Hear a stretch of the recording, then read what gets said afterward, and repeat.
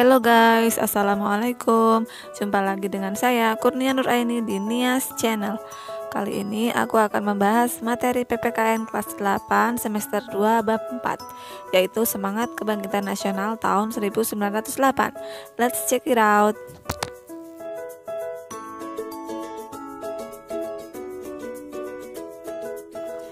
Mari kita mulai dengan membahas kondisi bangsa Indonesia sebelum tahun 1908.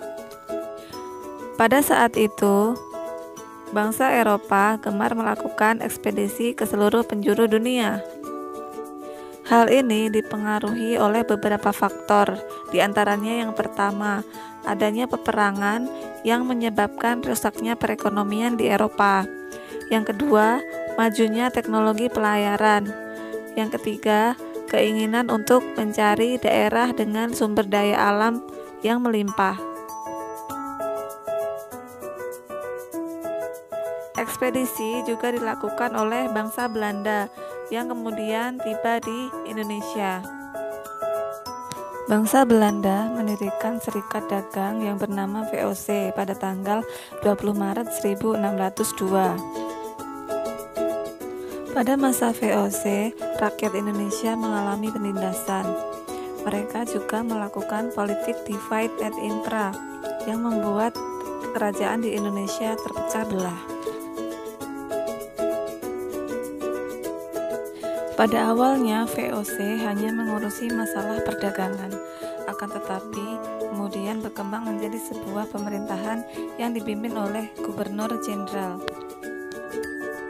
Pada masa Gubernur Jenderal Dendles, rakyat Indonesia diharuskan melakukan kerja paksa. Dendles memerintahkan pembangunan jalan raya dari Anyer sampai Panarukan. Pada masa Jenderal Van den Bosch dilaksanakan kultur stelsel atau tanam paksa yang membuat rakyat Indonesia semakin menderita. Hal ini memunculkan perlawanan di daerah-daerah, contohnya Sultan Hasanuddin di Makassar. Di Jawa Tengah ada perlawanan dari Pangeran Diponegoro. Di Sumatera Barat ada perlawanan dari Tuanku Imam Bonjol.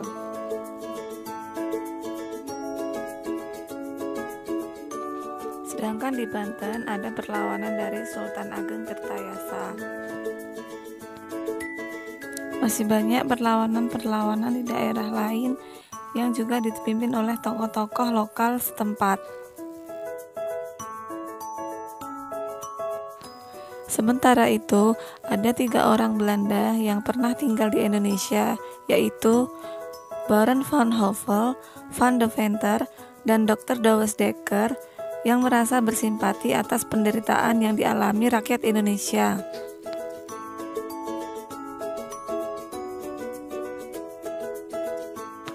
Dr. Douwes Dekker yang mempunyai nama samaran Multatuli mengarang sebuah buku yang berjudul Max Havelaar. Buku ini berisi tentang penderitaan rakyat Banten selama masa penjajahan Belanda.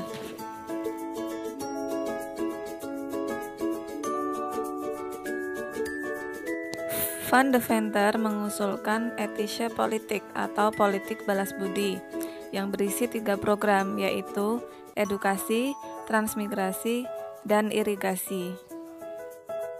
Akan tetapi, 3 politik ini masih tetap menguntungkan pihak Belanda. Di sisi lain, dengan adanya program edukasi, muncullah masyarakat-masyarakat yang terdidik di Indonesia.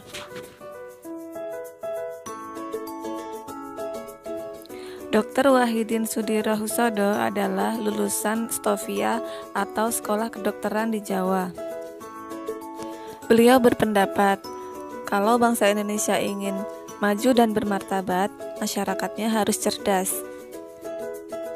Untuk itu, diperlukan suatu wadah atau organisasi yang berguna untuk memupuk rasa kebangsaan. Ide ini diterima baik oleh kalangan pelajar Stovia. Dr. Sutomo kemudian mendirikan Budi Utomo pada tanggal 20 Mei 1908. Pada tanggal 5 Oktober 1908, Budi Utomo menyelenggarakan kongres yang pertama di Yogyakarta. Di kongres tersebut disetujui bahwa tujuan Budi Utomo adalah untuk meningkatkan pendidikan dan pengajaran, dan juga meningkatkan kesejahteraan rakyat dengan memajukan perdagangan, teknik, dan juga kebudayaan.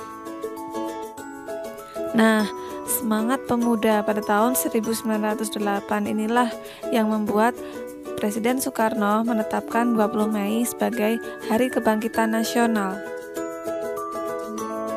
Momen pendirian Budi Utomo ini dianggap sebagai momen kebangkitan nasional untuk memupuk rasa persatuan dan kesatuan bangsa.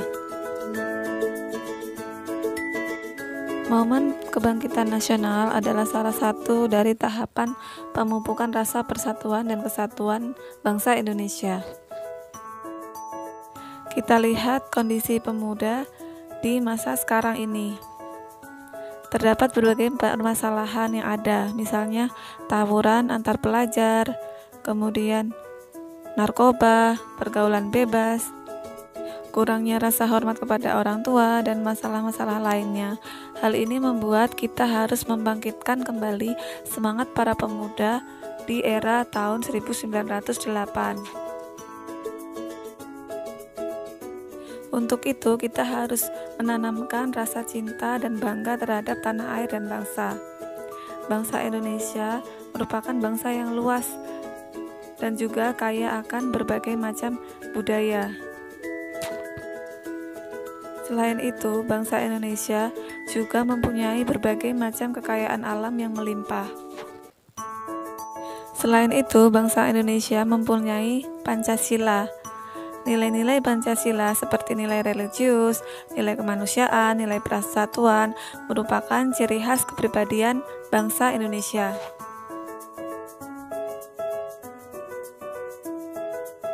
Di kancah internasional, banyak pemuda-pemudi Indonesia yang mampu berprestasi di ajang olimpiade internasional, baik itu olimpiade sains, olimpiade fisika, biologi, dan sebagainya.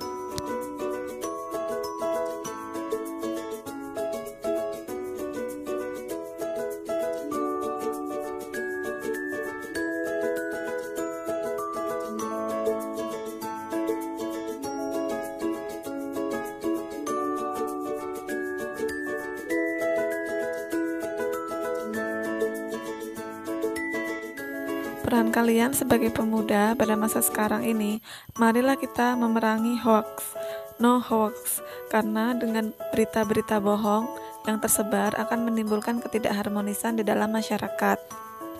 Dan tak kalah penting lagi, tugas kalian adalah menumbuhkan kembali semangat kebangsaan, semangat persatuan, kesatuan, dan semangat berkorban untuk bangsa dan negara seperti yang dimiliki oleh para pemuda pada tahun 1908.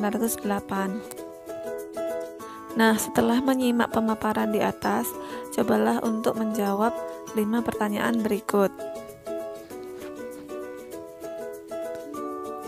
Oke, jadi sekian saja video kali ini.